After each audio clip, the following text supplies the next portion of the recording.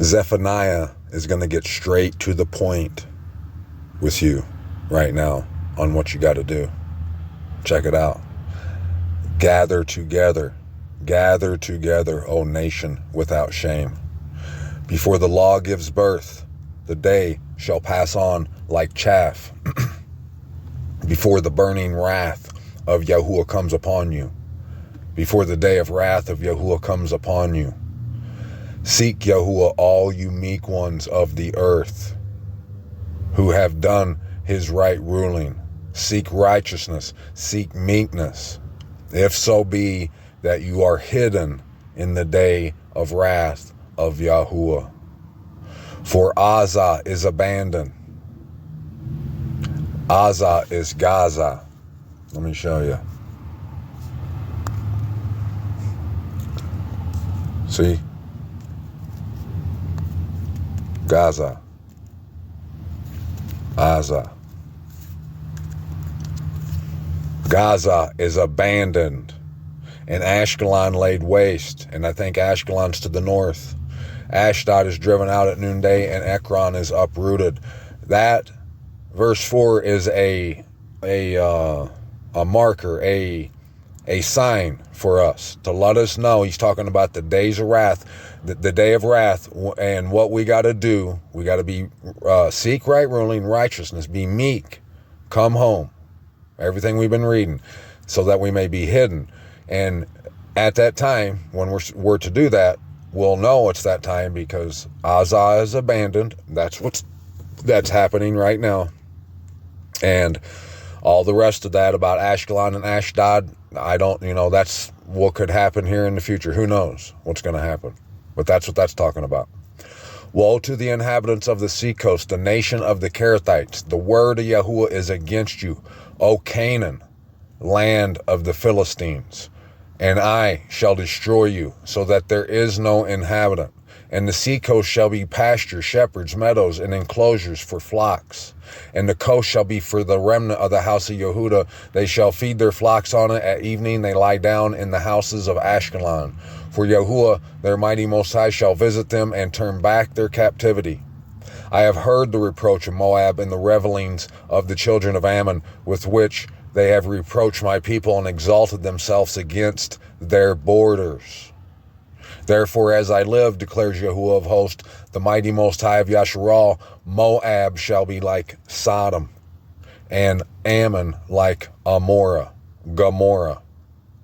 a possession for weeds and a pit of salt and a waste forever. The remnant of my people plunder them, and the rest of my nation possess them. This is what they get for their pride, because they have reproached and exalted themselves against the people of Yahuwah of hosts. How can one exalt themselves against the people of Yahuwah? Exalt themselves. That means they try to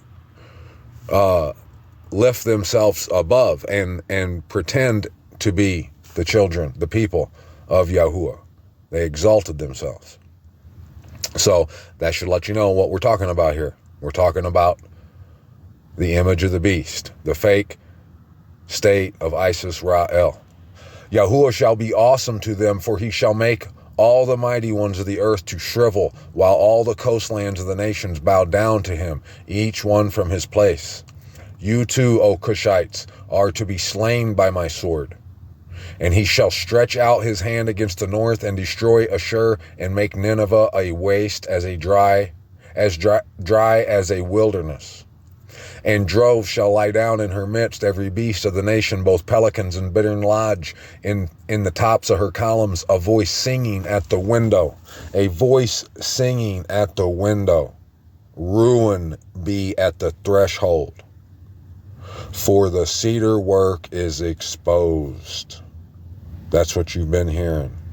That voice singing at the window. That ruin be at the threshold around the city.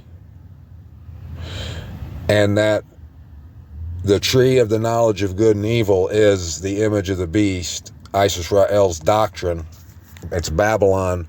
It's everything that's going to be destroyed and to the only way to avoid that destruction, that fire, is to come out and get under your dad's wing in his true set apart place. This is the exultant city. See, that's what he was talking about. He was talking about the exultant city.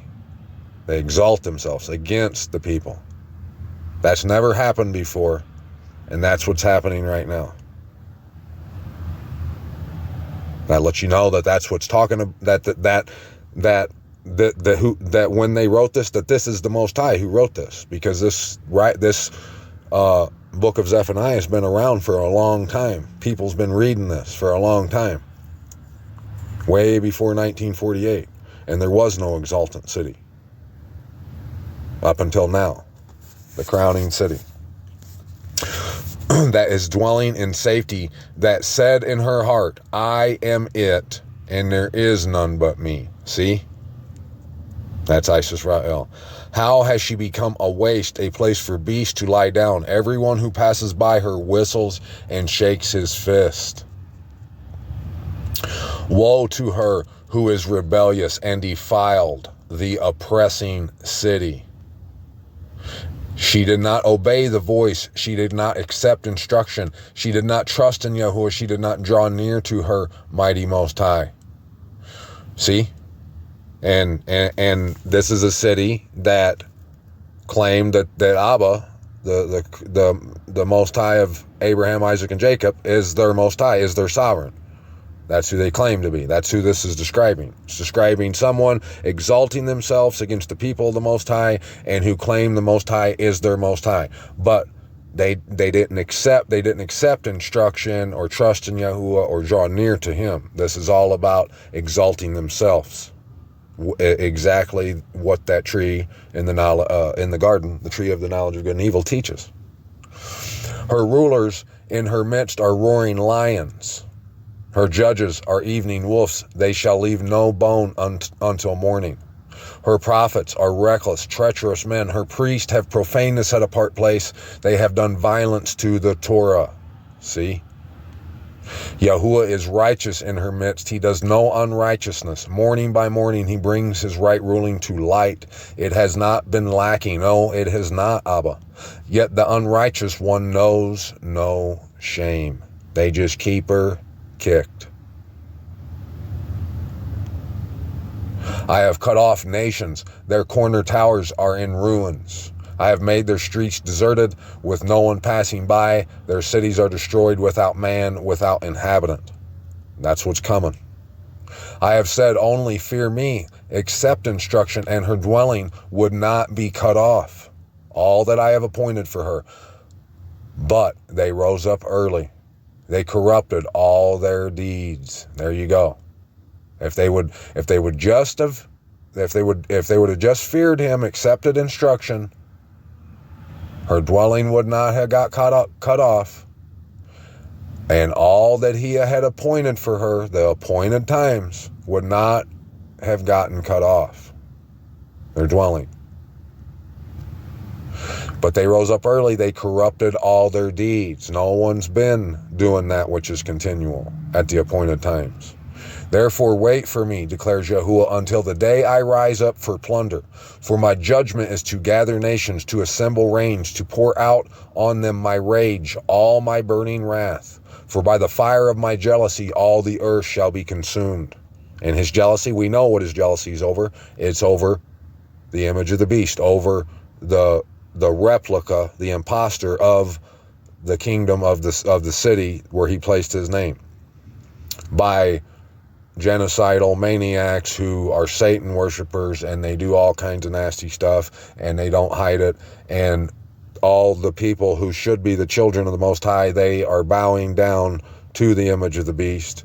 And so, yes, the Most High is very jealous over all this, and that's what the image of jealousy is in Ezekiel. Go read it. I think it's chapter 12. It'll tell you. It's the replica. It's what the hexagram stands for. It's what the yin yang stands for. It's what iPet Goat 2 is talking about. It's what the word's been telling us this whole time. We've been reading it here tonight in this one. And we're probably going to get some more. So It's going to be around the city, around the threshold, ruin at the threshold, but not in the threshold. It's going to be like a bubble. How that works, that's above my pay grade. I don't know. I just trust in the Most High. And I know his word's been telling me to go get in that circle within them borders. He says all around the mountaintops is the borders, in the valley, in the bowl, where he placed his name on the appointed times. And at one of those appointed times, and I'm leaning strongly towards Passover, and you should be too, at one of those appointed times, the earth is going to be destroyed by fire, and everyone in that circle is going to they're going to be very thankful that they listened to the word and they came. They searched the truth out, and they on their childlike faith, they put their childlike faith into action, and they made it to that circle, and they realized that that was their ticket home into the kingdom and to life and to avoid death and destruction. They're going to be so thankful they did that. I'm so thankful already. Every day I'm just like, man, I'm so blessed. Abba blessed me so much to lead me to this. It's just, I don't have words. For then I shall turn unto the peoples a clean lip, so that they all call on the name of Yahuwah to serve him with one shoulder, with one city. When he says shoulder, it's like one community, and that's what's coming. That's the kingdom. From beyond the rivers of Cush, my worshipers, the daughter of my dispersed ones, shall bring my offering. On the appointed times. In that day you shall not be put to shame for any of your deeds in which you have transgressed against me.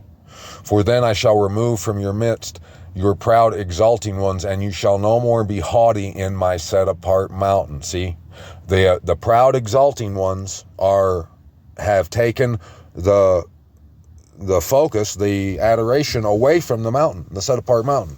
They've stolen all the spotlight, the limelight. You see, they've stolen the limelight. The world thinks that's it. That's the image of the beast. This is what he's saying right here. But that's going to be removed. Then, after that, there's going to be some people who, and I think it's going to be younger people who's going to have a chance at finding the truth of where it is. I just seen one. I seen a guy talking earlier. Matter of fact, I played a clip of his video a while back. I seen him on YouTube today talking about how America is the real Holy Land.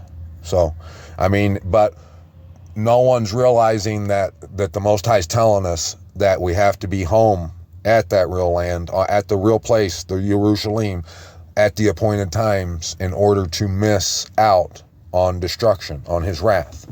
Most people ain't seeing that. I think, I don't know. Maybe hopefully there's more people. I hope that you see that and you understand that that's what's happening right now, and that the time's running out. You've seen that time stamp, that time marker we just read about Gaza being abandoned. That's letting you know that verse right there is a time scale, so you can monitor what time we're in. We're right before the day of wrath. I can tell you that. But I shall leave in your midst an oppressed and poor people, and they shall trust in the name of Yahuwah. The remnant of Yasharal shall do no unrighteousness and speak no falsehood, nor is a tongue of deceit found in their mouth. For they shall feed their flocks and lie down with none to frighten them. Shout for joy, O daughter of Sion. Shout, O Yasharal, be glad and rejoice with all your heart, O daughter of Jerusalem.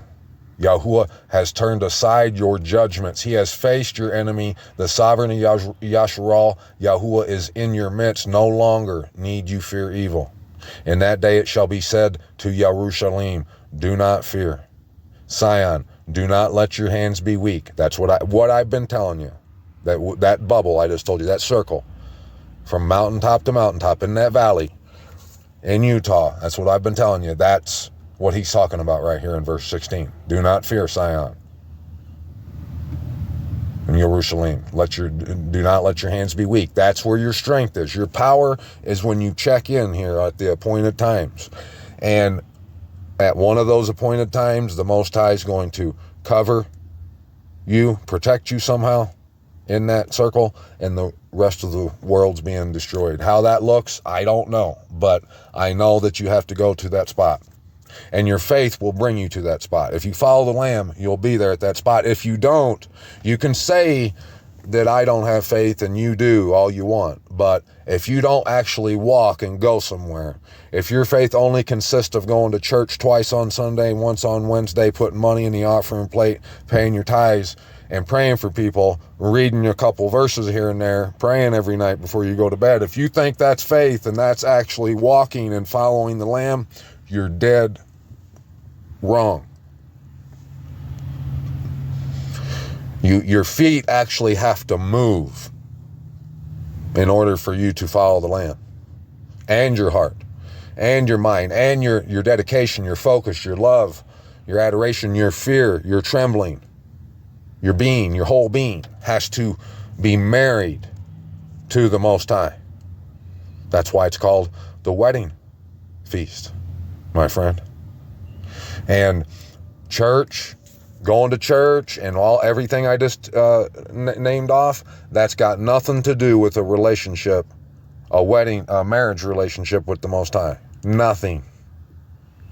Yeah, his name spoke there. That don't mean nothing. If you ain't walking, it don't mean nothing. If your feet ain't moving, don't matter what you do. It was all for nothing. It was all talk. Yahuwah, your mighty one, in your midst is mighty to save. He rejoices over you with joy. He is silent in his love. He rejoices over you with singing. I shall gather those who grieve about the appointed time. Boom. Who are among you, to whom its reproach is a burden. That's the only people who are going to be gathered, who longs for everything, for that which is continual to be intact, for the set apart place to be made right once again, for the Most High to be sovereign to everyone once again, to the world, and for the traces of Baal to be eliminated, to no more rise, to never again rise and destroy the way they do. See, I am dealing with all those afflicting you at that time, and I shall save the lame and gather those who were cast out, and I shall give them for a praise and for a name in all the earth where they were put to shame. At that time I shall bring you in, even at the time I gather you, for I shall give you for a name and for a praise among all the peoples of the earth when I turn back your captivity before your eyes, said Yahuwah. That's what's happening right now. You're hearing that call. Go read the word and you'll see the Most High whistling for you, calling for you to return. And that the real place that you are to return, it's been hidden, and the world doesn't realize that that's it.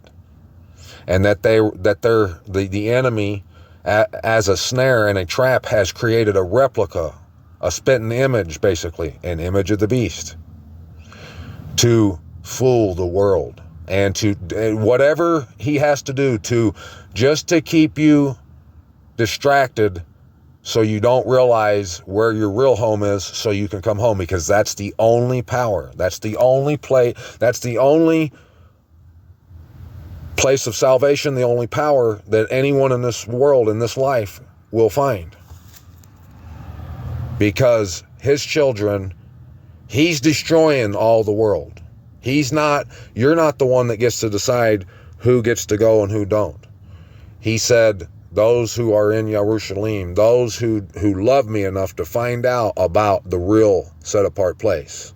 Because if you don't ever go to look into his set-apart place, you never did really love him. It was just all talk. You just want everybody to think you do, and you believe it yourself, but it's been all talk. There has been no actual relationship with the Most High, a lovingly committed relationship. But if you are actually lovingly committed to him, you will end up at those places to be with him, to do what he desires.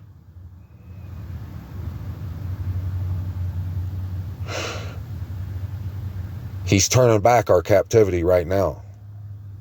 And the sign of that is what started happening last fall, and these eclipses, what's going on in Gaza right now, and what's going on around the world. It's everything screaming, telling you what to do. You best get to it soon. I hope you do.